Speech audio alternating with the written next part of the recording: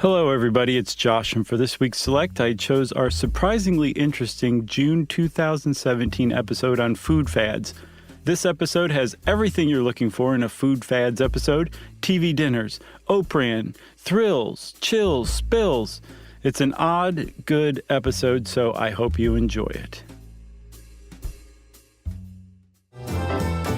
Welcome to Stuff You Should Know, a production of iHeartRadio.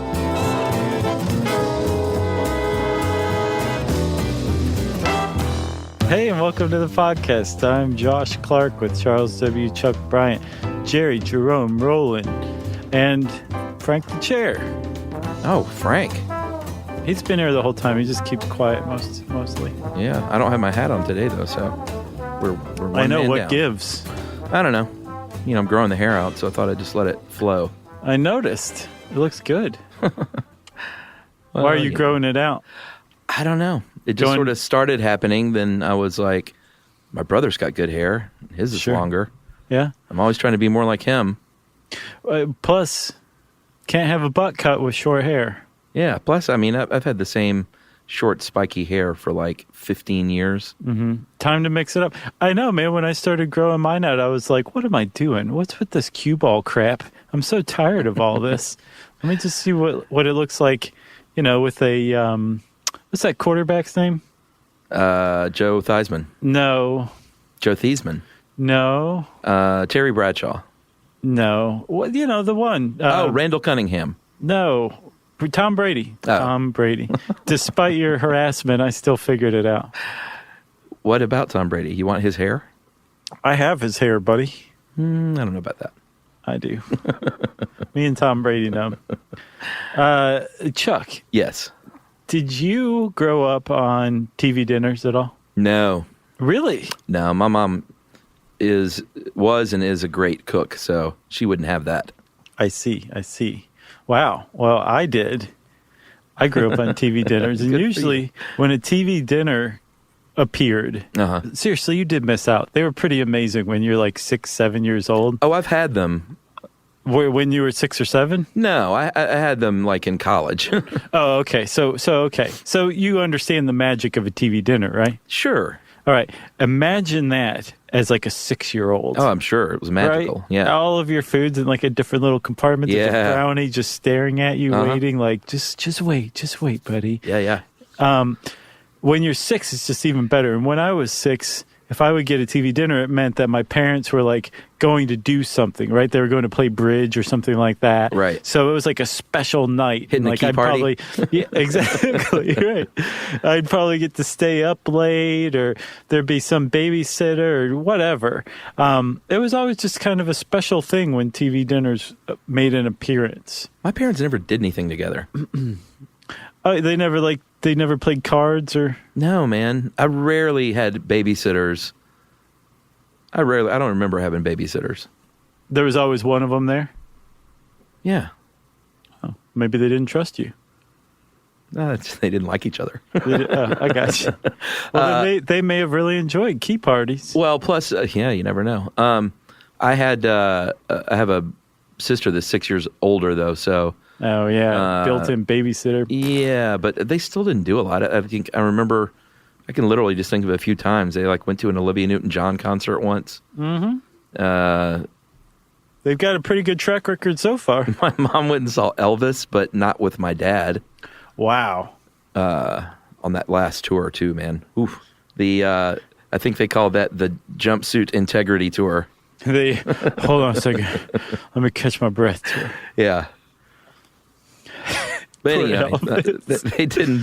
What an undignified ending. Yeah, they didn't do much stuff together. So I didn't get a lot of TV dinners. I didn't get a lot of, hey, there's just throw it in and warm it up. My mom was kind of, always cooking for us. Yeah. No, my mom cooked a lot too. But now that I'm older and look back, I'm like, oh, that was a pretty convenient meal. Like, you know. She was a ER nurse, for Pete's sake. You know? Oh, yeah. She had weird hours and stuff. Sure. So, but she was a great mom. She raised me very well, as everybody knows. It's a well-known fact. So, with TV dinners in particular, though, I have a certain amount of nostalgia for them. Sure. But apparently, like, America as a whole has a bit of nostalgia for TV dinners. There's a TV dinner in the Smithsonian, for Pete's sake. Yeah. And that's like America's greatest repository of nostalgia. For sure. You know? Yeah. So I think we should take people on a delightful tour of the history of this wonder. Of TV dinners? Yeah. You sound like you're not so sure. No. I am sure. I was just joking around. I was trying to set it up as some, magical experience that everyone's about to have. But I feel like that's ingrained in it. So as the story goes, Swanson, C.A. Swanson and Sons was and is a leader in the frozen food industry. Mm-hmm. And whether or not this is legend, who knows? But it's a great story. Was that one Thanksgiving, they had too much turkey on their hands post-Thanksgiving. Yeah, to the tune of something like 250 tons of turkey that they didn't sell. They overestimated. Which is so sad, Yeah, for those turkeys are like, thanks for nothing. Like we so wanted to give our life as a meal. Right. Now we're just on a train. Well, yeah, that's what they did. So the story goes, they loaded it, they couldn't store it. They didn't have enough room and no freezer room to store all this turkey. So they put it on a frozen train or a refrigerated train car. As the Polar Express. It's called in the industry. And the trick to this thing is in order for that train to stay refrigerated, it's got to keep moving. And so they basically were just running this turkey all over the country to keep it frozen and cold. Right. It's like that one movie set in the future with Tilda Swinton, where like the train never stops and all of society's on the train. Yeah, it's like great. That, but with frozen turkeys. That was a good movie. So it's like that cross between that and Speed. Yes. Like, so if the train ever stops, it's going to lose refrigeration. If it loses refrigeration, the turkeys all go bad. So there's this... Do you remember that Simpsons? Which one? When Homer's trying to describe or think of the name of the movie Speed. He's like, it's about a bus. If its speed goes down and it can't speed up, and he says it like that many times, and he goes, I think it's called the bus that wouldn't slow down. Or that couldn't slow down. Yeah, I remember that one. Very funny line. But this was real life, Chuck. This wasn't a cartoon or a joke. No. 500,000 pounds of turkey on a train, and if it stopped, it would spoil. What are you laughing at? Simpsons? No, the idea that this actually happened. Oh, I know. It's so insane to me. So apparently the Swanson brothers, Clark and, what was the other brother's name? Gilbert. Gilbert. I wanted to say Clark and Gable. But Clark and Gilbert Swanson said, all right, employees, we need you to put your heads together and come up with an idea. So they had, and again, this is the legend, they had an employee contest where whoever could come up with what to do with all this turkey, I guess would just be the employee of the month or something like that. And all the while, this contest is going on in the Swanson Company. There's a train out there in the United States of America just circling endlessly, because it can't stop or else the turkeys will go bad. And Tilda Swinton wins. Yeah. Yeah, so there was a salesman named Jerry Thomas, Gerry, not like our own Jeri. Right. Which no one ever gets right. This is the part I don't get. He traveled from Nebraska to Pittsburgh to where Pan American Airways had their kitchens. Right. Because they were testing single compartment foil tray meals that they would serve to people. And I guess he couldn't envision what that might look like unless he went there in person. Right. And steal one. Well, yeah. So, it was a single compartment, right? So basically it was just a tray that you put a bunch of food on. There weren't like different compartments in the tray. And he's like, I got to get my hands on one of these. Right. This is innovation. I don't understand that either, which is why his story smells a little fishy to me. Agreed. But this guy, Jerry Thomas, is he's known as the inventor, basically, of the TV dinner, right? Yeah. So he comes back to the Swanson brothers and says, I got it. I've driven from Pittsburgh back home to wherever the Swanson Company is located. Where am I? He famously said. And he said, and I've added 2 more compartments into this tray. So now it's a 3-compartment tray. And I drew 2 lines right, in this tray. I know what to do with the turkey now. We're going to basically sell it as a frozen Thanksgiving dinner. And they said, you're employee of the month, Jerry. Yeah. They say, look, you got your potatoes and gravy here. You got your peas here. You got your turkey here. None of it touches each other. I'm a genius. I'm Jerry Thomas. So this coalesced with another craze, which was television. And in 1953, there were 33 million households with televisions. And it was really, I mean, there had been other people that had been doing this before. Quaker State Foods in 1949 had something in the supermarket, a frozen meal called oh geez. I know one of I don't want to say the most, one of the most offensive brand names ever. Yeah, the one-eyed Eskimo label. That's terrible. So they were selling those in supermarkets, and then in previous to that, even the Strato plates from Maxon were being served on airplanes, but not as a retail food.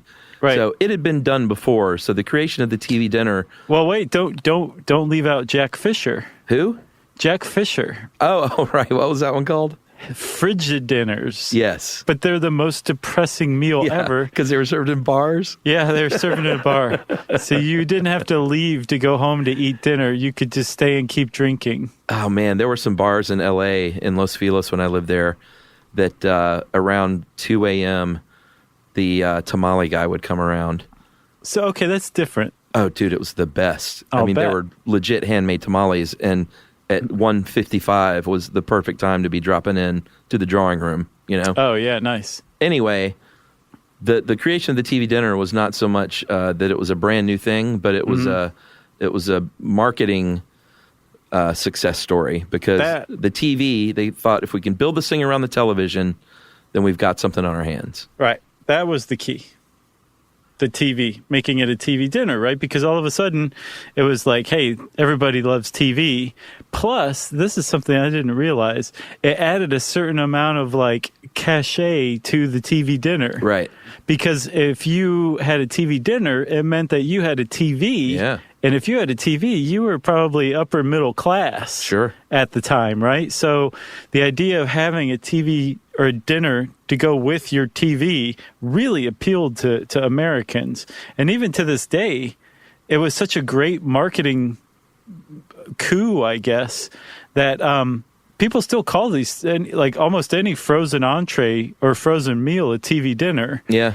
Even though it was 1962 when Swanson stopped calling their products that. They still made the products. They just stopped calling them TV dinners. Oh, yeah. Everybody else kept calling them TV dinners. Yeah, you were eating these in the 80s, like 20 years after that brand went away. Mm-hmm. Still calling them TV dinners. And eating them on TV trays. This is another thing you missed out on, Chuck. Did you have those? Sure. So that was the whole point of a TV tray. Was it was a foldable individual table that you would open up in front of yourself and eat your TV dinner on while you were sitting on the couch, so you could watch TV most efficiently while you were eating dinner. Yeah, now they call that the coffee table. You just stoop over a little bit. Right. Or the sink. What? Yeah, eating over the sink? I don't know what that is. That's a depressing way to eat.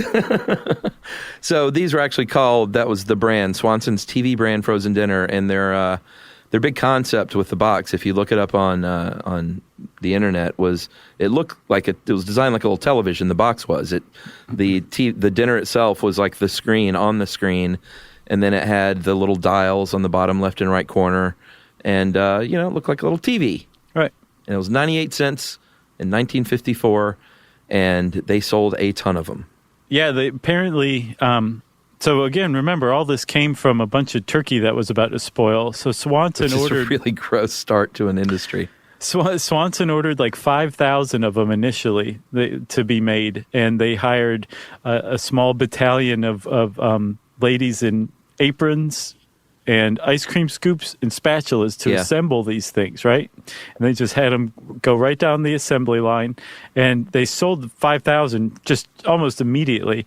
And apparently in the first year that they were sold, they sold like 10 million of them. Wow. So they came out with them in 1954, and by the end of the first full year of production, which I guess would be 1955, they'd sold 10 million of them. So they went from initially ordering 5,000 of them to selling 10 million of them in a year. So it just hit America just right, you know?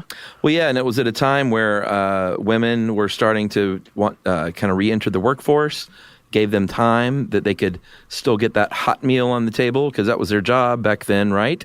Right. It gave women a really great opportunity to provide a stark contrast to your husband's mother. Yeah. Apparently there were a bunch of men who were like, this isn't good enough. I want my wife to cook from scratch like my mom, Dr. Freud. And if they could be like my mom in a lot of other ways, that'd be awesome. Would it kill her to wear a hairnet and rollers? Yeah, so apparently it didn't delight all men because they weren't on board. But would it kill her to dress me up in a diaper? We should do an episode on that sometime. That's a thing. I thought you were about to say on Freud, but on men wearing diapers as adults? Mm-hmm. Yeah, as for I think it's called diaper play. For sex play, but it's diaper-centric. Yeah, we should do a podcast on that. Just that. Well, we can include it in maybe a fetish one. How about that? All right. Okay. Wow. That took a weird turn all of a sudden. It really did. Geez, you got anything else on TV dinners? That's a good way to end it, I think. Nope. Should we take a break? Yep. All right, I'm going to go change my diaper, and we'll talk about gelatin right after this.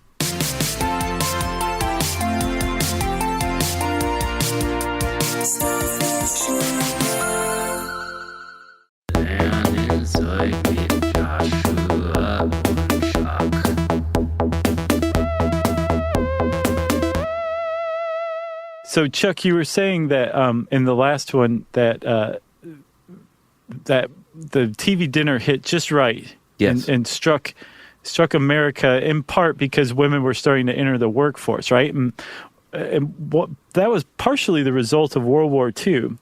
World War II also changed things as far as food and food consumption and food packaging goes, and that apparently at the end of World War II, there were a lot of companies that had gone all into supplying the troops food. Yes. And were making pretty great money, but apparently were basically caught with a large amount of supply when the war ended. And they said, well, if we don't figure out a way to get non-wartime America, the regular American consumer, to buy this stuff, we're going to go out of business. We're overextended, basically. And so food companies, I guess individually and on the whole, taught America to basically eat what had prior to that point been considered field rations. Yeah, like Spam, if you remember that podcast, that kind of was where that whole movement was born. Yep, Spam, condensed soup, dehydrated stuff, freeze-dried stuff, all of this came out of basically an overstock of World War II food supplies that were intended for troops and were kind of repackaged and rearranged to be served to the American consumer. Yeah. And part of that also was that same thing that TV dinner struck, which was convenience, hey, your husband still wants a meal and your family still expects you to be the one to cook for him. But now you have to work. So what are you going to do? Well, we have something helpful for you, and it's called convenience food. And one of the big convenience foods that came out of the post-war era, but really it started to gather steam before then, was gelatin. Yeah, specifically Jell-O as the name brand, but gelatin, the word, is from Latin gelatus, meaning jellied, froze. And it was first used in Egypt, but was really first used in cooking in France. And, I think most people know this by now, but if you don't, gelatin is a protein, and it's produced from collagen from boiling animal bones. Yeah, or hooves. Yeah. So it's glutinous, basically, and it can go one of two ways, I think, depending on what you do with it. You can turn it into glue, or you can turn it into food. Yeah, that's never a good start. No, it really is. Yeah, and a guy from the 17th century in France, what was his name? Pepin? Yeah. Someone Pepin. Denis Papin. Right. who may or may not be related to Jacques Pepin, who's great in French. He's also a cook. He was the first person to mention it in writing, I believe. And then it just kind of sat there for a while until the 19th century, when I guess people were aware of gelatin and that you could use it as a food, but it was extraordinarily gourmet. Like, the average person was not making Jell-O at home. It was very time-consuming. Yeah. You had to start from scratch and boil animal bones to start the process of gelatin. It was the exact opposite of how we think of gelatin today, which is instantaneous, right? Sure. So easy. Yeah. So in the 19th century, this guy named Peter Cooper figured out a way to turn gelatin into a powder form, a dehydrated gelatin powder. And it went absolutely nowhere for 50 years. And I was surprised to find this out. I knew gelatin was pretty old, but it's interesting how it's just kind of moved along in these very slow little fits and starts. Yeah, like no one would give up on it. No. It was interesting. Which is weird because it's really disgusting if you think about it. It should have been given up on. Yeah, and it never was. It's a very bizarre invention. It almost makes you feel like there was some sort of divine hand guiding gelatin along in its progress. So later on, in 1894, a guy named Charles Knox kind of revolutionized things when he came up with a process that resulted in a dried sheet of gelatin. And he hired salesmen to go door to door to show women, like, hey, you can add liquid to these sheets. You can make desserts. You can make aspics, which is a really gross word, I think. It is. It's not. It's a gross thing. It's a savory gelatin. Yeah, which we'll get to that. But a couple of years later, Rose Knox, was that his wife, I guess? Yes. Published a book called Dainty Desserts, which is a book of recipes. And things were kind of moving along a little bit. Then in 1895, there was a cough syrup company in New York called Pearl B. Wait? Mm-hmm. Is that what it's called? Pearl Wait. Okay. Was the cough syrup. WAIT. Right. But they weren't selling much cough syrup, so they said, all right, let's get into the food business. And the wife, whose name was May, said, let me add some fruit syrups to this stuff. And actually, she's the one who named it Jell-O. She came up with that name. Yeah. But they didn't succeed either and sold that to their neighbor, Francis, is that the whole name? Orator Francis Woodward? Yes. For $450, this person purchased the name brand Jell-O. Right. And he almost fell victim to the curse of Jell-O as well, right? He could do nothing with it either. Despite some early attempts, he apparently tried to sell it to his supervisor at work for $35, even though he paid $450 to it for it. So at some point, I guess he decided to give it another go, and he hired a bunch of traveling salesmen, sent them out to fairs, community gatherings, that kind of stuff, and said, teach the people how to make the Jell-O.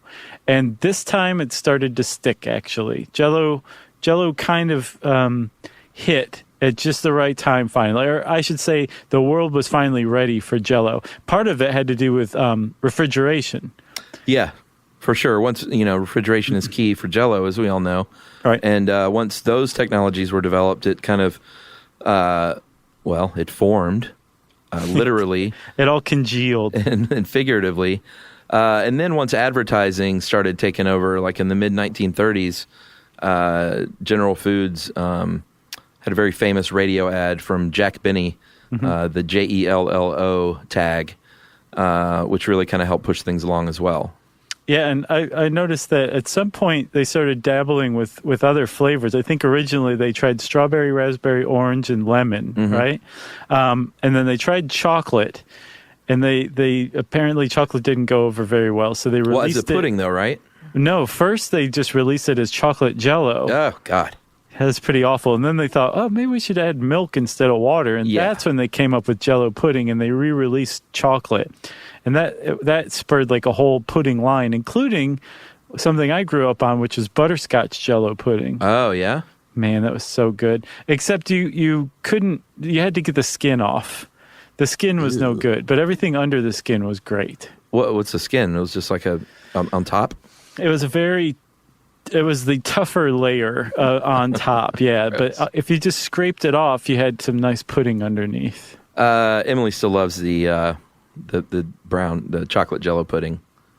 Yeah, it's good. Yeah, she'll make a parfait, Oh, nice. a little pudding, a little whipped cream, little pudding, little whipped cream. She knows how to live. Yeah, she does.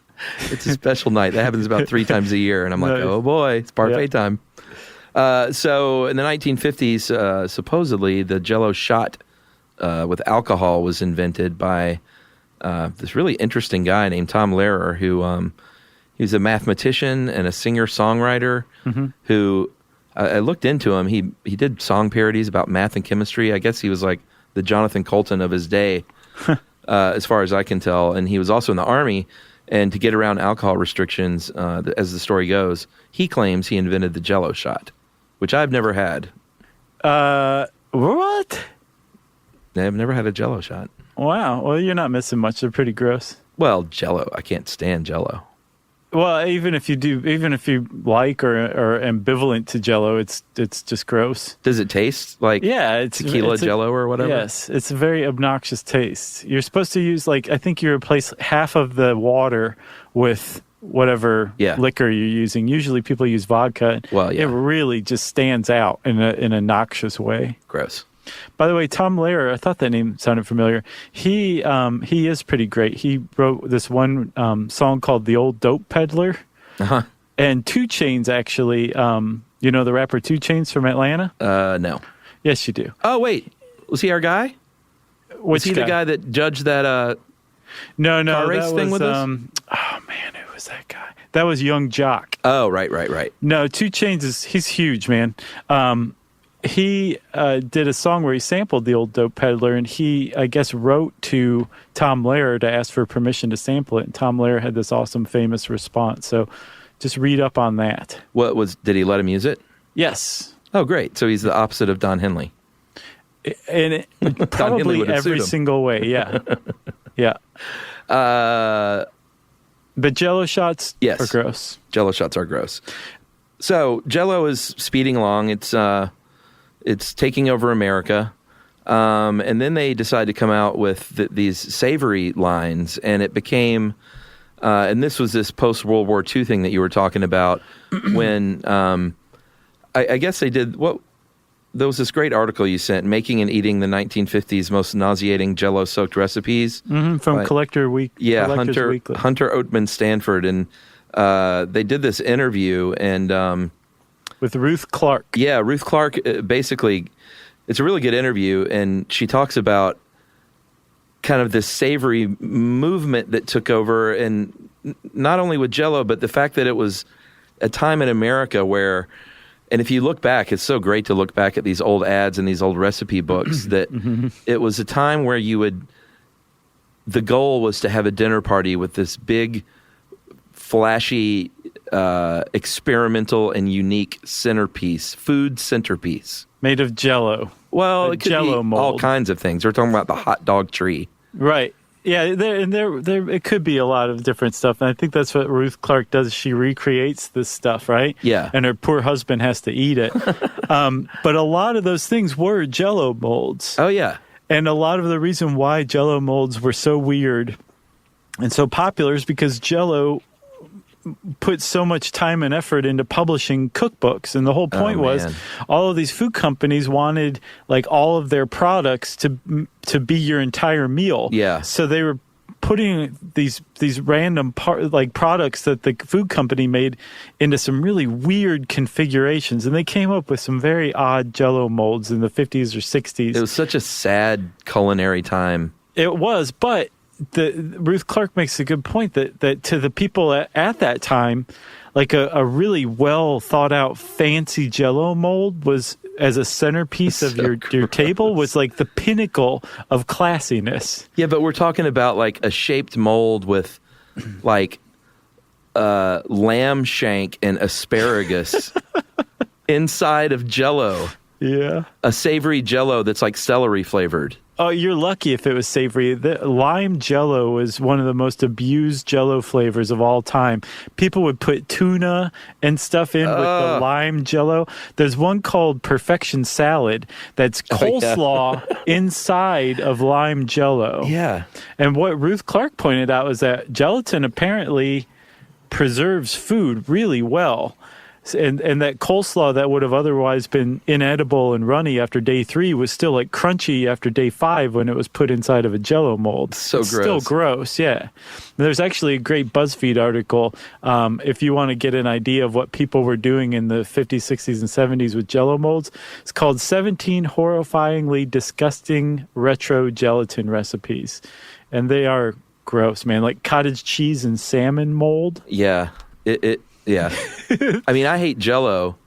Oh, man. This period. Must be like your waking nightmare. I couldn't even look through it. You sent it to me, and I scrolled about halfway through and just deleted. I threw my computer out the window. The best one I see is lime cheese salad. It's lime Jello mixed with cottage cheese. Oh. And then into the center of the Jello mold, you put a seafood salad. Oh, my God. Sauerkraut mold. It just goes on. But it was a weird time. And again, Ruth Clark has a bunch of theories. She said she can't really answer exactly why Jello molds were as big as they are. But she posits that part of it was this idea that there were all these companies trying to get you to use their products. And these were just monstrosities that they came up with, and people fell for it. Oh, like canned salmon, canned tuna in Jello. Right. My God. So that's Jello molds, man. Where do you want to head next? Let's go to the crock pot. All right.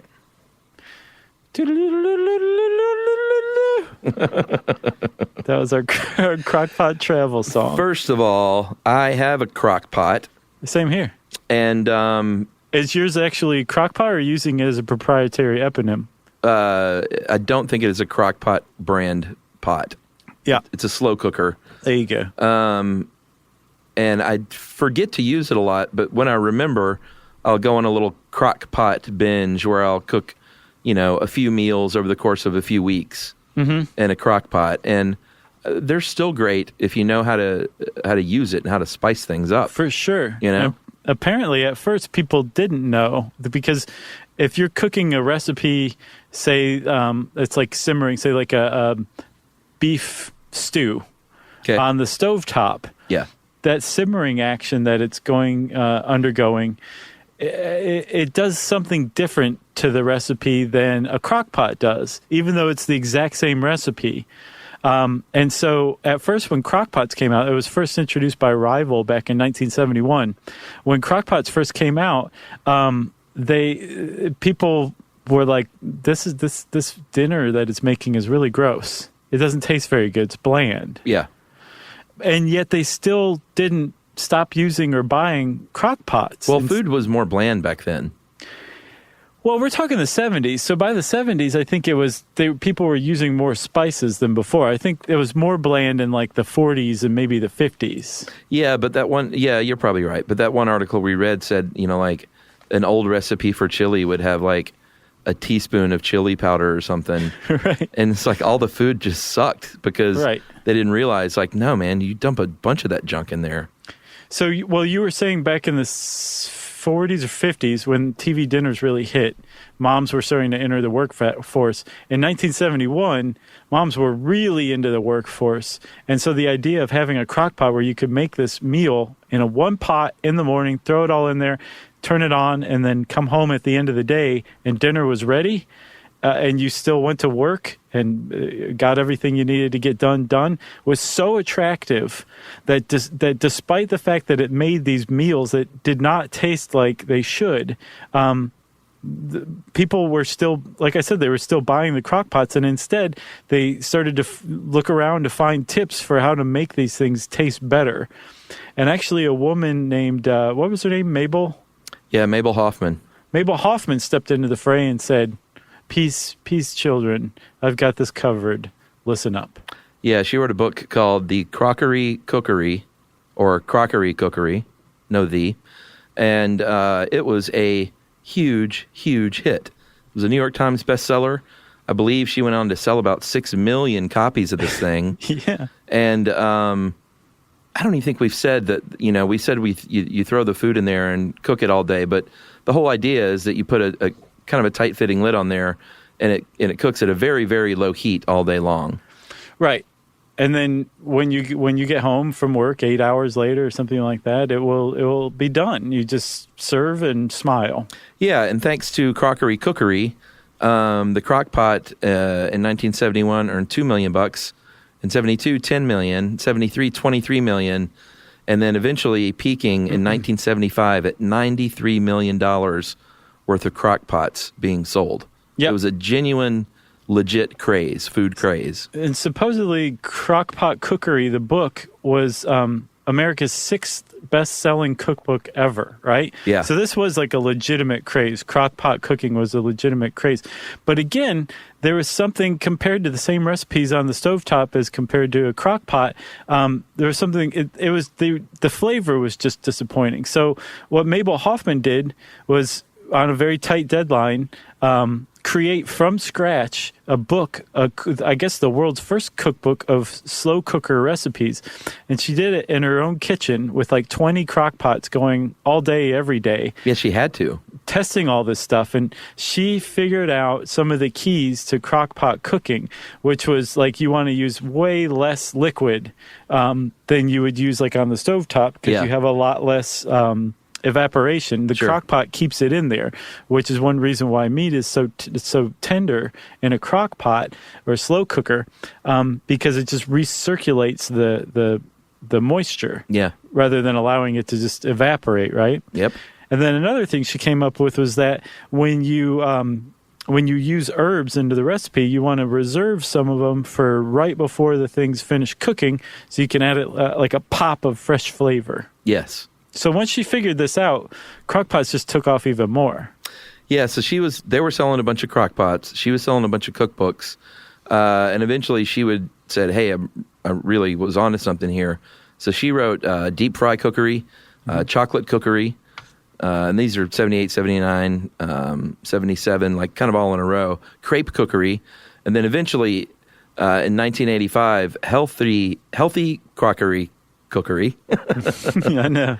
And the person who interviewed her later in life said that she was just this really great lady, very humble, and was super upfront about the fact that she hey, I hit something at the right time with the right book, and it just I kind of fell into this, and it's been just like a wonderful thing for my life. Yep. It's really neat. Yeah, she sounds like a pretty cool person. So what's your crockpot recipe? Oh, geez, I don't know. What's your favorite thing to cook? But usually some sort of like beef. Yeah? It just does such a good job, like making a roast or something, you know? Okay. But yeah, I that's usually what I'm cooking when I cook in a crock pot is beef. All right. Josh's beef crockpot surprise. Right, with aspic. You want to take a break? Yeah, let's take a break and we'll finish up with a interesting bit on oat bran.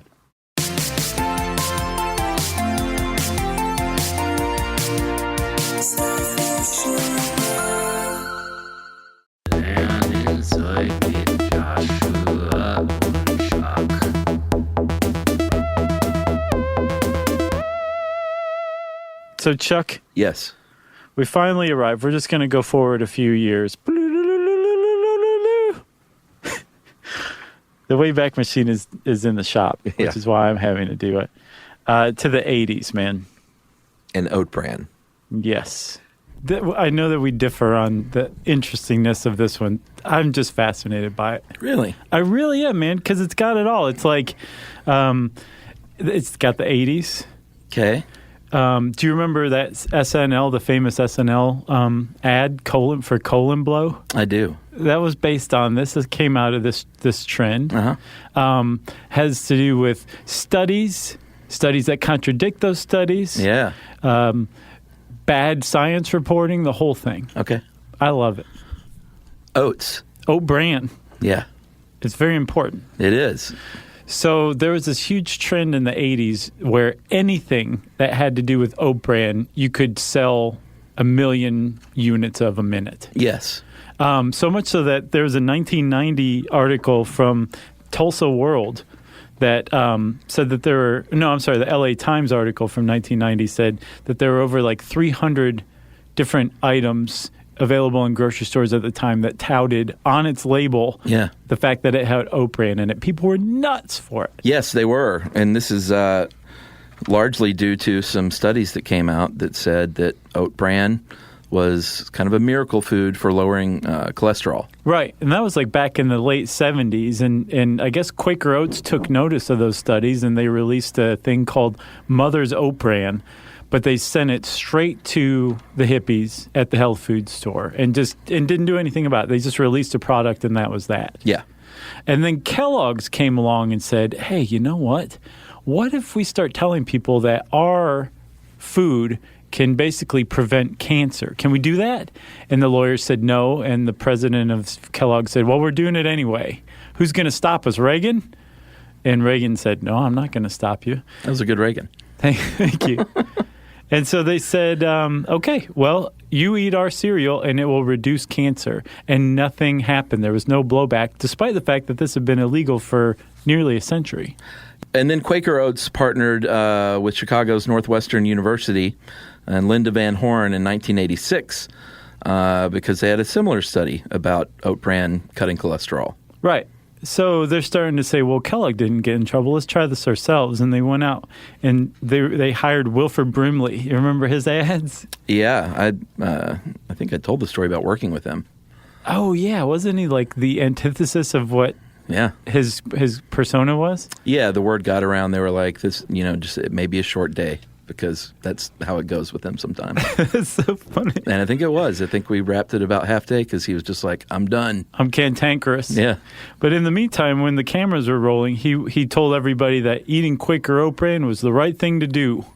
And it would cut your cholesterol. That's right.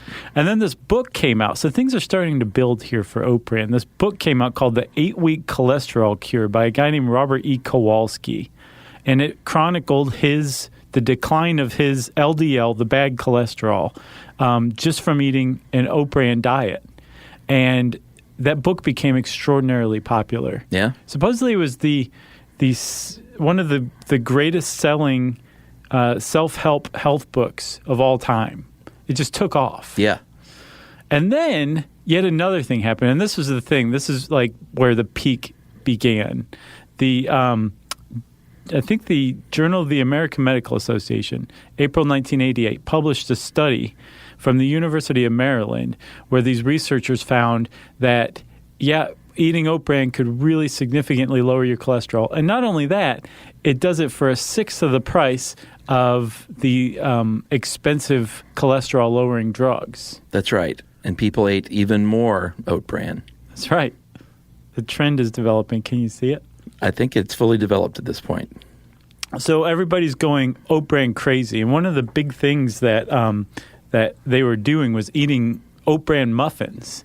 But these oat bran muffins were like loaded with fat and butter and eggs. And so they weren't actually doing anything to lower their cholesterol because the effects would be counteracted. Suckers. Right. But in the meantime, people were still having fun eating lots of muffins and pretending they were really healthy. And then this Harvard study came out, and it basically said, you know what, you're all fools. You're dummies. You know how it lowers your cholesterol? Because it keeps you from eating bacon and eggs. That's how, you chumps. Well, yeah, and then that study itself was attacked because they only studied 20 people, which is not much of a study. It isn't. And the people who were on the oat bran diet were eating 20% more fat than the control group. It was a terrible study, almost like they wanted to take oat bran down a peg. Yeah. And it worked really well. It's basically the science reporting in major newspapers and the news services reported that oat bran was the greatest thing ever. And then they suddenly turned on it and said oat bran is nothing. And everybody dropped oat bran. And if you read the stuff today, it's true. Oat bran really does lower cholesterol. Sure. But it just got overhyped. Right. Because of the 80s. That's the 80s for you. Yep. That's food fads, man. You got anything else? I got nothing else. All right, man. Well, if you want to know more about food fads, you can type those words into the search bar at howstuffworks.com. And since I said search bar, you're not going to get much, though. No, you may want to just look elsewhere, but still. Since I said that, it's time for listener mail. I'm going to call this MS Response, and I would like to say that we got many, many great responses from our MS episode, a lot of warm thoughts from people about my friend Billy, and it was just really great. People with MS, people who had people in their family. We heard from doctors and nurses, and that's just ended up being a really good episode. Yep. So we appreciate that feedback. Yep. But this is from anonymous listener. Hey, I've been listening to your show for a couple of years now. I want to thank you for making my commute more engaging. I listened to the show on MS on my ride home and like to commend you for how well you handled the topic. I was diagnosed a few years ago at 19. Luckily, my diagnosis was quick due to the severity of my first relapse. And I feel like your podcast would have helped me understand and cope with the diagnosis in a more constructive manner than my initially trying to self-destruct. Since then, I'm continually learning about the latest research and history. I love that you discussed Lidwina and Augustus d'Este, as a lot of the time they don't come up in the mainstream discourse of MS. Didn't really know any history until I wrote an undergrad history paper on MS last year and found reading through bits of d'Este's journal to be the closest I've ever felt with a historical person. You mentioned that many tend to keep their diagnosis a secret. I'll admit that with me, it's a need-to-know basis, and I rarely openly talk about it outside of family, friends, and the support system. My support system, mainly because of the stigma of the disease and that the assumptions circulating MS tend to negatively alter people's perceptions of myself as an individual. I've had people approach me when I start limping thanks to fatigue and a permanently numb foot, but I'll brush it off and tell them there's nothing to worry about or it's an old injury. However, I think with time it's getting easier to talk about thanks to resources like your podcast that are well-researched and accurate. I cringe whenever someone tells me there's an easy homeopathic solution to my ailments, and sometimes I struggle with discussing MS in an accessible way that doesn't solely rely on the clinical pathological understanding of it, and I will be sure in the future to redirect people to this episode. Thank you so much for sharing, and we said we keep this anonymous because this person... That was close. Yeah, this person said, that's great that you read it, but if they're keeping it quiet for now, we don't want to, broadcast the name. Sure. Yeah. Nice. So, Thank you, Anonymous. Yeah, thanks, Anonymous. If you want to get in touch with us like Anonymous did, you can tweet to us at SYSK Podcast. You can hang out with Chuck on Facebook.com/StuffYouShouldKnow or at Charles W. Chuck Bryant on Facebook. You can send us both an email. We promise to be confidential at stuffpodcast@howstuffworks.com. And as always, join us at our home on the web, StuffYouShouldKnow.com.